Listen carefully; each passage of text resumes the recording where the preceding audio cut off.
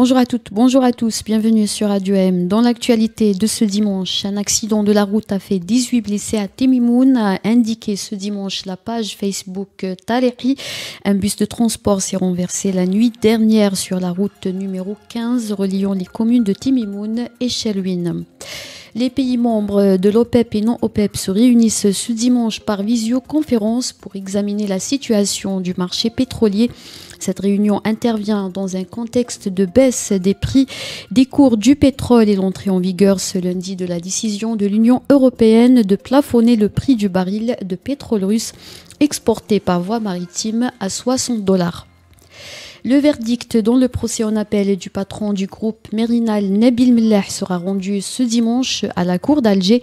Lors de son procès tenu le 21 novembre, le parquet avait requis une peine de 7 ans de prison ferme à son encontre.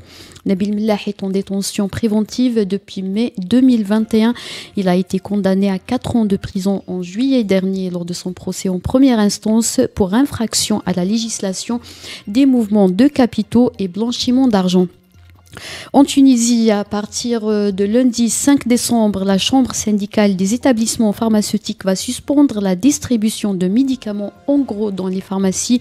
Selon la radio Mosaïque FM, la Chambre exige des solutions radicales aux problèmes dont souffre le secteur et la garantie de l'approvisionnement en médicaments pour préserver les droits des patients.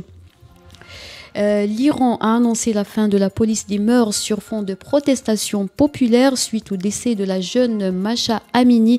La jeune femme est décédée quelques jours après son arrestation par cette police appelée la patrouille de guidance islamique pour avoir enfreint le code vestimentaire imposé en Iran. Depuis le début des manifestations, plus de 200 personnes sont mortes selon les autorités iraniennes.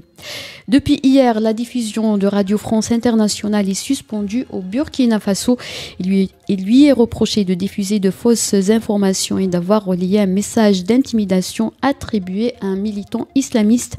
RFI considère ces accusations totalement infondées et a déploré une décision mettant en cause le professionnalisme de ses antennes. C'était la dernière information. Merci pour votre attention.